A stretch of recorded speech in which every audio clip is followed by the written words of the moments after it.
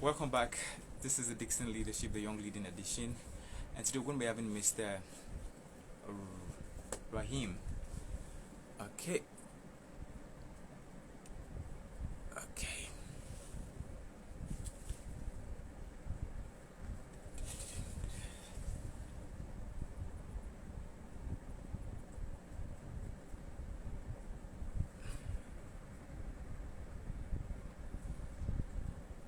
okay.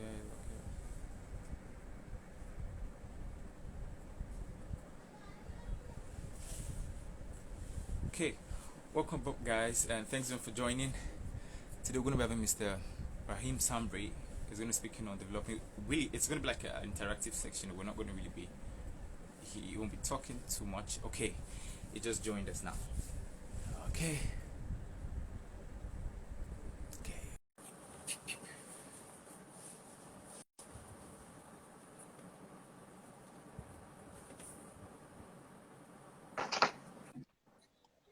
Welcome back, Hey, sir. what's going on? Good morning Okay. or good afternoon over there.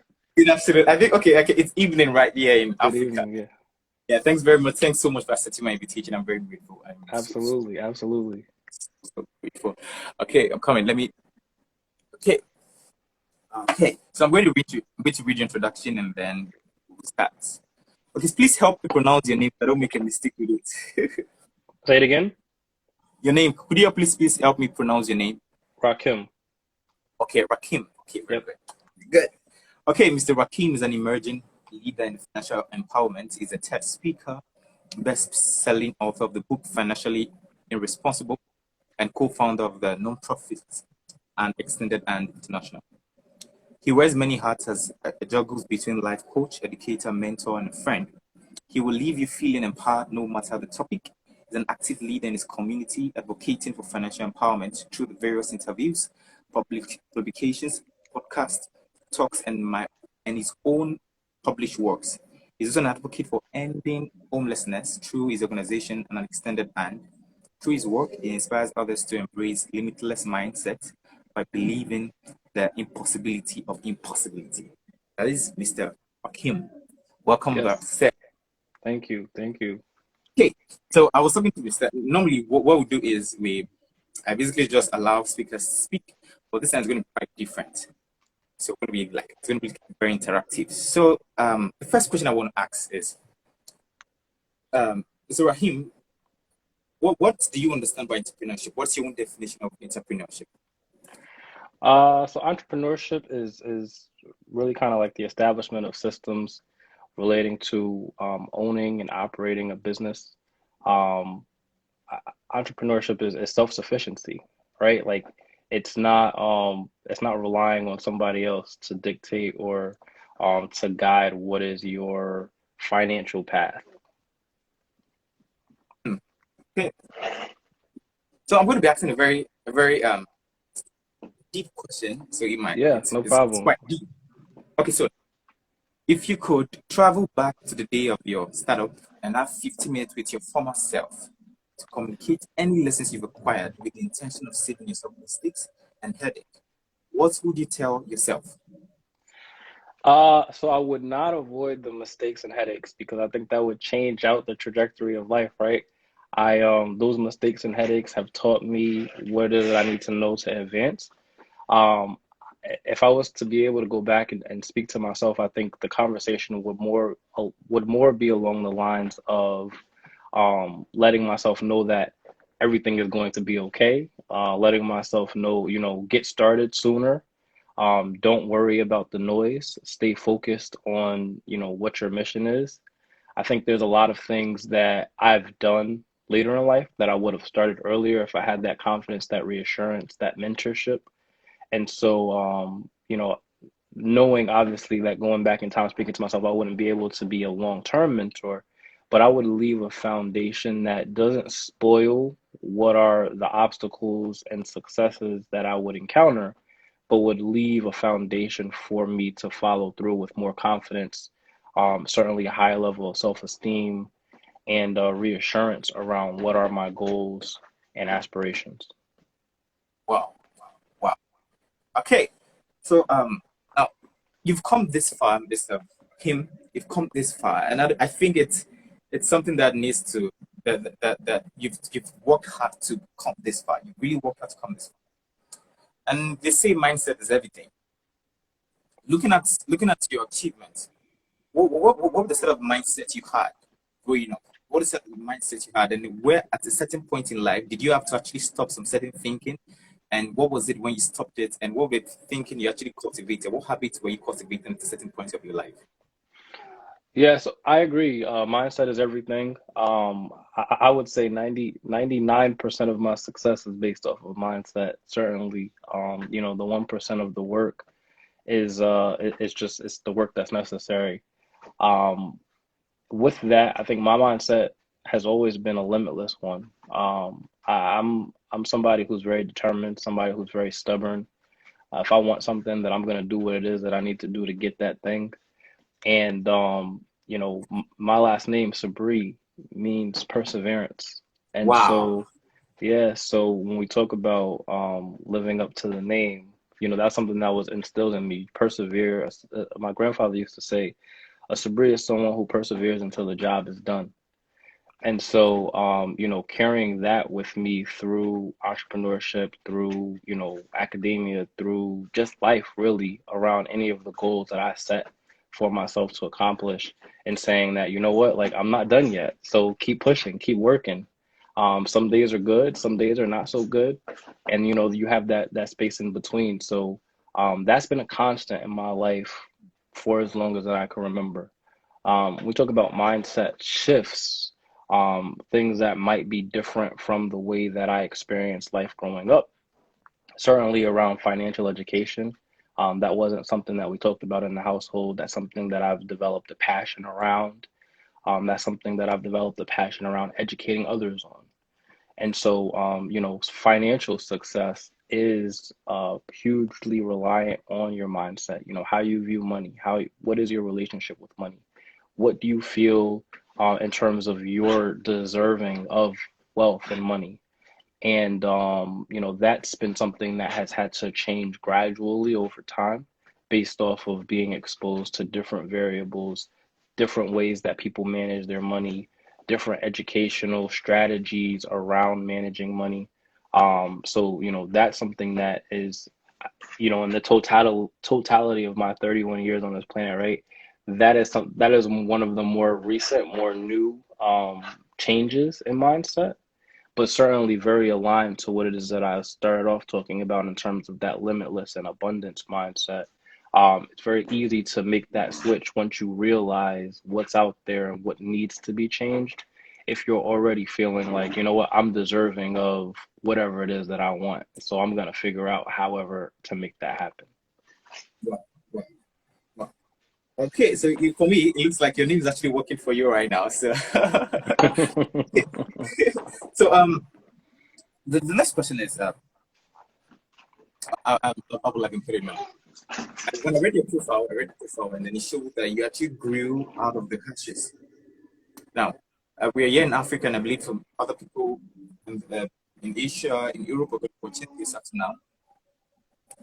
How did you come to a realization that you deserve more? How did you actually come to a point of your life that, okay, I think I deserve more? And did you think that it was possible to actually leave that state of your life where you felt like, okay, I was nothing and it was possible to become something? Uh, Man, there's so many ways that I want to answer that question. I'll start at the end. There's never a point in my life that I felt like I was nothing. Um, Even if I didn't have material things that, people measure what is success, right? By, or, I wasn't the kid who had the name brand clothes, who had the Jordans, who had the newest of the new, PlayStation or whatever that was out at the time. But my self-worth wasn't tied to material things. So, like I said, there was never a point in my life where I felt like I was nothing. Um, in terms of desiring or recognizing the desire to have more, I think that comes with seeing that there is more out there, right? One of my messages central to financial empowerment is understanding the difference between what is possible and what is possible for you, right? So a lot of people are seeing that, you know, there's millionaires out there, there's multimillionaires, there's billionaires out there, and they resign to their current state, right? They're saying, that's for them, that's not for me, or that's not for me right now, or something has to happen crazy, right? Like I have to win the lottery, or, you know, stumble onto this big suitcase full of money in order for me to have wealth. And so, you know, that I think that's the difference between what's possible and what's possible for you, and saying, you know what, I can achieve wealth. I need to figure out what the formula is, right? Like this person was born just like I was born. You know, they put their pants on one leg at a time. They bleed, you know, everything. They get sick. And so what is the variable that made them successful? What is the and maybe there are variables that are outside of our reach, in the immediate, you know, in the immediate surroundings, right? Like, you know, some people have huge networks that provide them with, you know, a head start in life. Some people are born into money that provide them with a head start in life. Some people are getting that education from the time that they're born, so that when they get to a point where they can manage their money on their own, this is like second nature to them. So, you know, those are things that we can't control. So, my message is focusing on things that we can control, right? Focusing on, you know, how to navigate through what are structural and institutional barriers to success, whether that's domestic or abroad, and then figuring out, you know, how to lay a foundation for that success in the future. So, for me, it, you know, it happened by working in banking. I started working in banking at 21 years old. I was a part-time teller, and just being in that environment taught me a lot about how people manage their money, because I was witnessing it. I would see people who had massive wealth come in, making large withdrawals, doing wire transfers, what have you. And then I would see people who didn't have wealth, people who were living paycheck to paycheck, people whose accounts would stay in the negatives until they got paid, and then, you know, it would become positive again, and they're like, all right, got to repeat this cycle over and over again. So, you know, that gave me a lot of perspective into what's out there. I was able to have conversations with people on that spectrum, so people who are experiencing poverty, and talking to them about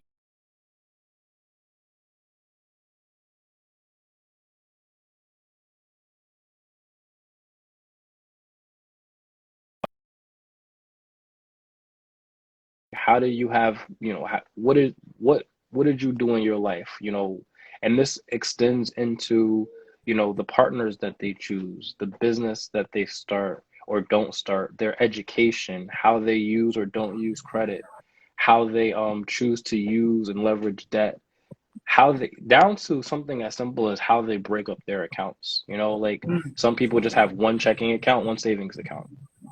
But then there are other people who have like five checking accounts and three savings accounts, and then they have accounts at multiple banks.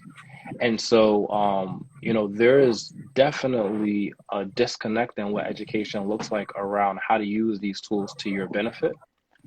And so, part of my message is helping people to see not only what's possible out there, not only how to use these tools, not only, you know, what the mindset should be around how to manage money, but that somebody like me who looks like me, can do those things too. Wow, wow, wow. Thanks so much, sir. Thanks so much. Okay, so you know, most times when I speak to men like this, one of the questions I personally want to ask them is, you know, I've observed men and I've studied men that have survived, men that have actually made it in life, that have come out of their comfort zone, and I realized that with time, they all had a pattern. Now, you've come this far. Well, what pattern have you cultivated for yourself that you know that you would want a young person to actually learn to cultivate as they build themselves and develop themselves in the entrepreneurship journey? You said what pattern? Yeah, pattern. Like, you know, the pattern that you've developed for yourself that you would want someone to actually get to learn and know, you know, that it could, I feel everything has a pattern, you know. Nobody just rises without having a pattern. They all Absolutely. went through process. Exactly. So, like, what is the pattern that you would want to share with us and the viewers right now?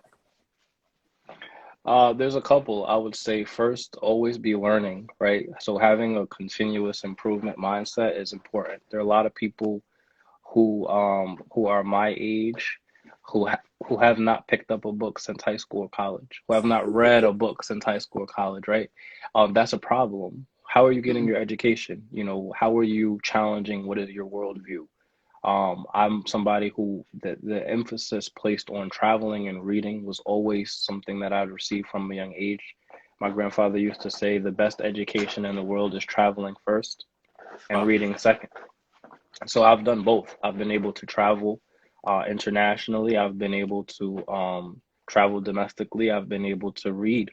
And now it's so easy to get access to, you know, different kinds of books through whether it's audio books or, you know, physical page turning books or ebooks. You know, there should always be a desire to increase your education around everything. It doesn't have to be around a specific discipline. It doesn't have to be self-help. It doesn't have to be personal finance, but just entertaining different perspectives, I think helps you to challenge what are views that you accepted, particularly as a young person, without the context, rather without the context and contrast of the different things that maybe you would experience as an adult. So always be learning is definitely something that I would emphasize. Read is so important. I would emphasize reading. I would emphasize reading more than just what is assigned to you. In fact, you know, and I don't know if this is a good thing or a bad thing, but I'll share. When I was in school, when I was school age, I never read any of the books that the teachers assigned to me. I hate, I hated reading the books the teachers assigned to me, but I read all the time. And one of the things that I realized a lot of success with in school was when teachers would assign me books and I would have to do a book report or some kind of project based off of the book, and I never read the book. I always scored very high on the report because I had the critical thinking skills based off of my interest in reading to look at, you know, different points in the book, hone in on key topics and subjects, write, you know, a nice essay around what it is that I took from that. And the teachers were looking to measure in those assignments, what is your understanding? What are your takeaways? How do you, you know, critical think based off of what you read? They're not asking you to regurgitate the whole book. And so, you know, I would just pick up the book, open it to, you know, any chapter and say, oh, you know, this is a good point. Let me expound on that.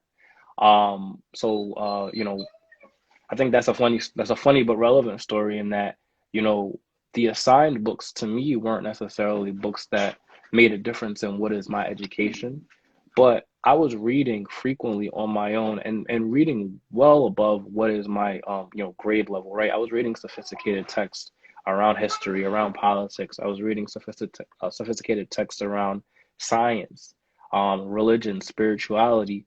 So these are all things that have helped kind of shape my worldview and you know how I interact with the world based off of, you know, that knowledge. How do I challenge, you know, religion? How do I challenge spirituality? How do I challenge politics? How do I challenge history? How do I learn from history? And then how do I go out and create something of my own, right? I'm a two-time author. I write for publications. My writing style was developed based off of what it is that I've been able to consume through reading.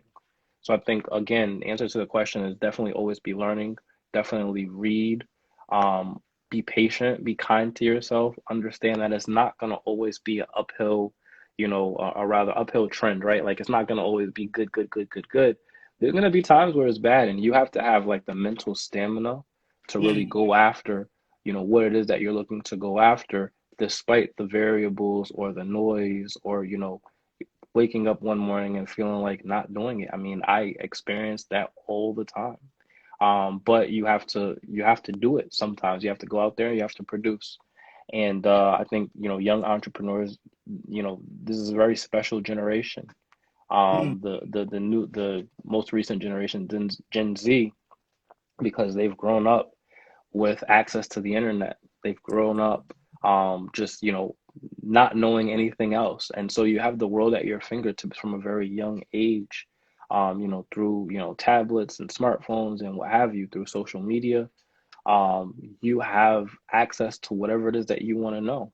And that could be a good thing, that could be a bad thing. But for those who have the right mindset, those who are looking to get into entrepreneurship, the barrier to entry is so low that, entrepreneurship can start and be really successful through the internet at a very young age.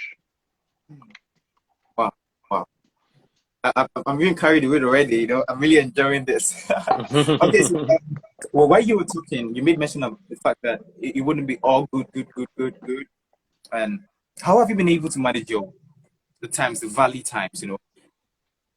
How have you been able to manage those times where you felt like it was over? Maybe you had a business, or maybe something came in through and you had to do something and you lost some money. How were you able to manage that time where you felt that it was over? Like, have you ever thought, okay, I think suicide was the option because it was so hard for you? How were you able to manage it? Um, so I think I would go back to the point that I opened up with around that perseverance, right? Like it's never over for me as long as I'm breathing. There's an opportunity. Certainly, there's been, situations where I guess you can consider it a failure. There have been situations where I've spent money that I have not seen a return. There have been situations where, I thought that I was investing or moving in one direction and I realized, that's not working for me. And so I think being flexible was important to that and saying, you know what, maybe I started off at this point, but Mhm. I want to end up over here. And so, being okay with changing. What is my business model? Um, Having a good support system, I think, is huge. Having people in your corner who are going to support you, who are going to encourage you, who are going to pick you up when you're at the lowest of the low and say, hey, like you got a good thing going. If there's anybody that can do this, it's you. People who believe in you, people who buy your stuff, even if it's not, the best stuff out there. People who will advocate for you. Having a support system is huge. And, I've been fortunate to cultivate a nice support system with the group of people that I interact with, whether they're family, close personal friends, people that I've met on social media. I have really strong support around the different initiatives that I get involved with. And that helps me to push forward past the finish line in instances where I'm just like, you know what, I'm tired of this. I don't want to do this anymore. Wow, wow, wow. Okay, okay. So okay, before we end the section, this in Africa, yeah, we have a lot of young people fighting hard to survive, and yet most especially here in Nigeria, we have a lot of young people that are actually suffering as a result of the weakness of the leadership and the government. So it's as a result of the weak leadership in the system, right? So so young people have to do a lot of things to survive. So now there's a picture of success that they feel success should be, oh, I have money, I have a lot of this. Now, you've come this far and you've seen money, you've worked in the bank when you were 22, and it means a lot. How do you define success to you? What do you mean? What is success to you? How were you actually to actually, cross the face of not allowing money to actually, derail you from thinking, okay, you need to get this? How do you define success to you? Yeah, I really like this question because as you were saying what you were saying, I was thinking like, there is what the media and social media in particular portray as success. There's a lot of people who are faking the funk, right? Like they're pretending that they're bigger than they are.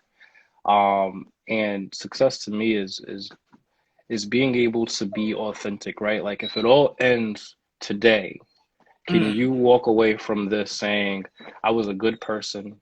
I wow. tried to add value to other people's lives. Other people are going to think and say positive things about me, whether I'm around or I'm not around. Do you have peace, right? Like, or are you always having to look over your shoulder and worry about who's coming after you? And in that regard, for me, like, I feel very successful. I've not done anybody wrong. You know what I'm saying? I'm constantly transparent, honest. I'm constantly providing value. I'm constantly saying yes. I'm constantly giving. Um, Money or no money, like that's what makes me happy. Seeing the impact that I have on other people's lives and seeing that other people take that impact and grow that impact based off of what it is that I've been able to add value or provide to them, that's to me is success. and the money will come as a result of that, right? Like I started my journey, right, my personal brand by just providing free content, right, free insight on the things that I had learned, and people really resonated with that. People really liked that. This to this day, I'm still providing constantly free content, just always giving, giving, giving. But it comes a point in your entrepreneurial aspirations where you want to turn the entrepreneurship button on, right? Like you want to monetize. And so in that regard, you go out and you create a product. I have two books. I have a course, I have coaching programs, but I've established credibility on a very foundational level based off of the kind of person that I am. People are not going to go out into circles and talk about how Rakim scammed them or how Rakim, you know what I'm saying, how Rakim took advantage of them. I mean, I Mm, certainly would hope not, because I put the needs of people at the forefront of my strategy. I believe that we exist to be of service to other people. And so when you exist in that servitude, everything else kind of falls into place. wow, wow, wow. Okay, okay. So, okay, I think we have about two more questions to go.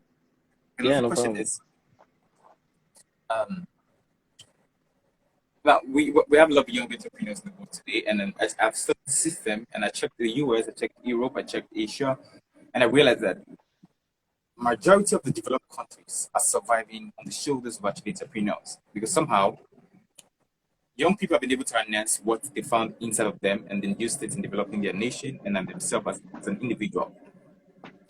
So, and somehow we have China, somehow it's somehow like a religious nation, and Africa somehow is also a religious nation, somehow.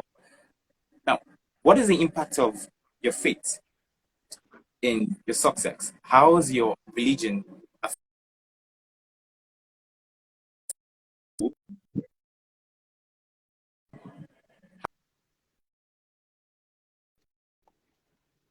Our connection is up your back. Go ahead. affecting? Okay, The okay, connection froze for a second, but I started to hear your question around, what is the role of my faith on entrepreneurship? exactly. In your success. Um, I really like this question too because people don't ask me this often. Um, huge,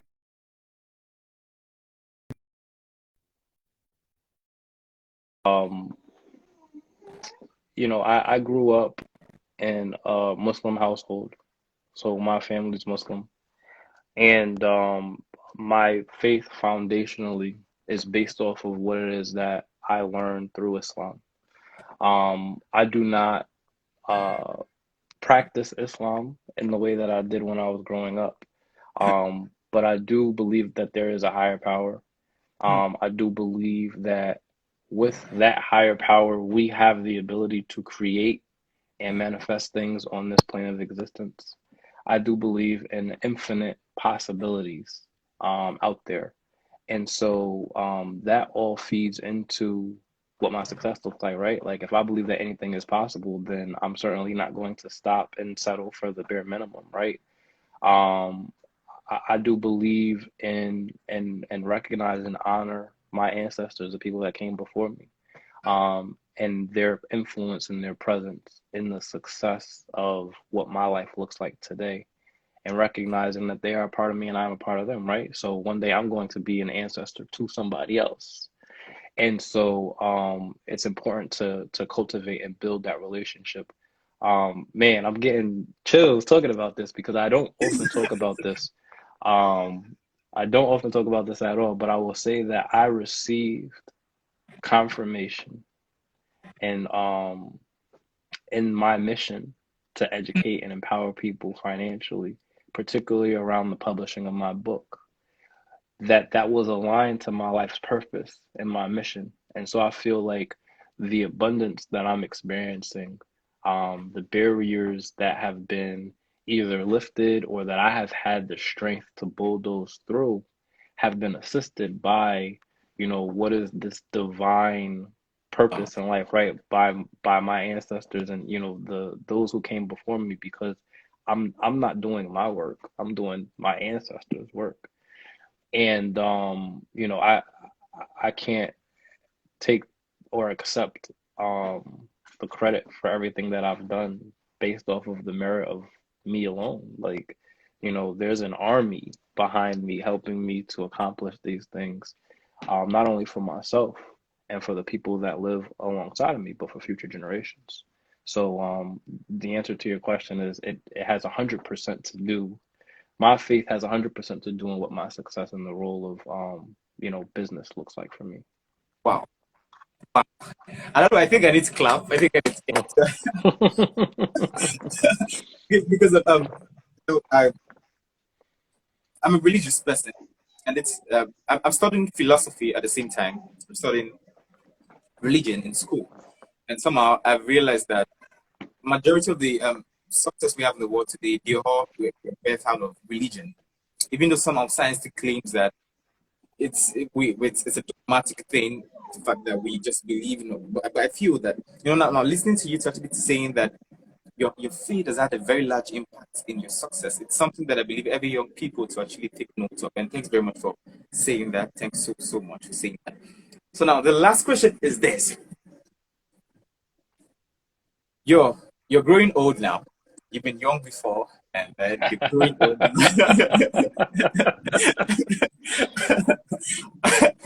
So let me see. You're growing old. You're not growing younger, so you're growing old, and then you've had a lot of experience with people. You've had a lot of experience with things, and a lot of people around you from different continents, from different nations. What advice would you give to a young person who's going to watch this and who's watching this now? Uh, you know, I like the stark reality of the fact that, right, I'm getting older, right? You had to remind me.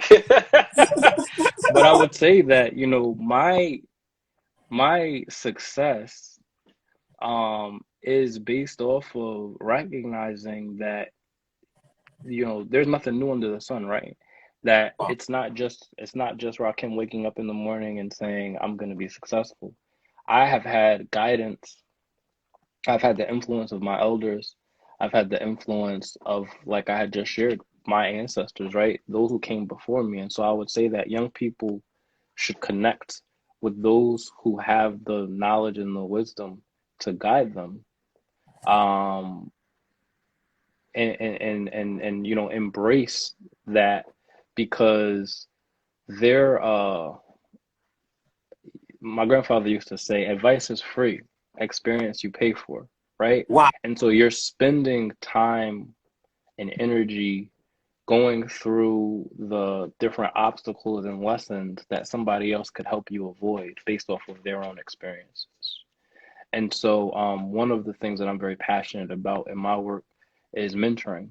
And you know, the traditional view on mentoring says that you have somebody who is much older than you giving you wisdom and advice. I don't believe that to be true anymore. I think mentoring is anybody that you allow to have an influence over the way you think, believe, behave, etc. But with that being said, I think it makes a lot of sense for those who are seeking out the mentorship of those who are older to consume as much as they can from those who are older, because when you're able to connect history and the way things were with what you see, what your worldview is today, you're able to skip around, you know, what are patterns, like you talked about, right? What are trends around success and failure? You're able to make more informed decisions that put you in the position to, you know, make leaps and bounds around what success looks like. So I think mentorship is important. That's the message that I would leave with young people. Find a mentor, be a mentor to somebody else, but also take heed of the advice and wisdom of your elders, for sure. Wow. Wow. Thanks so much, sir. Thanks so much. I don't know. I think this since when I started this visual meeting. So normally it's actually a physical meeting. We do it in University of Lagos here in Nigeria. So we have speakers come to school to speak to young people. So now, since the COVID-19 pandemic came, I had to put it online. So we have to do it every time. And since I started this visually, I've never had to ask questions. Like I've never had to ask questions today. But I think it changed a lot of things right now. Learning from you and then having to ask questions and then I don't know. What I like the sincerity. I like the authenticity that you were able to actually tell me your experience. Thanks so much, sir. And I Absolutely. think thanks so much. Thanks so much. Thanks so much. Okay, so I think we have a comment here. Yeah, he said high quality because your content is good and you're amazing. Give value, make gospel posts more in your high quality. Thanks so much, sir. Thanks so much, sir. So please, I want us to say thank you to Mr. Kim. Let's say thank you to him. It's very rare to find men like this who would just gladly just give stuff like this to you. So let's say thank you. I'm just waiting for people to say thank you before we actually excuse Mr. Kim. Okay, I'm waiting for thank you. I'm just waiting for thank you. Please just put in thank you. I just need to Thank you. Thank you, ma. Thank you, ma. Thank you. Okay. So, okay, I'm waiting for thank you. I'm waiting for thank you before I leave. I'm waiting for thank you before I leave. Thank you. Yeah, I'm waiting for thank you. I'm just waiting for thank you. Just drop in thank you, and that's all. Thank you before I leave. Okay, very good. I'm going to thank you. Okay. Thanks very much, sir. Very, very privileged. Very, very privileged to have you. Thanks you're so welcome. much. I appreciate you taking the time and I really like the thoughtfulness of the questions that you asked. I don't get asked those questions often. I look forward to rewatching this and certainly if you post it to your page, I'll definitely share. Thanks so much, sir. Thanks so much, sir. Okay, so let's excuse Mr. Kim now. Thanks so much, sir. Okay. You're welcome. I said,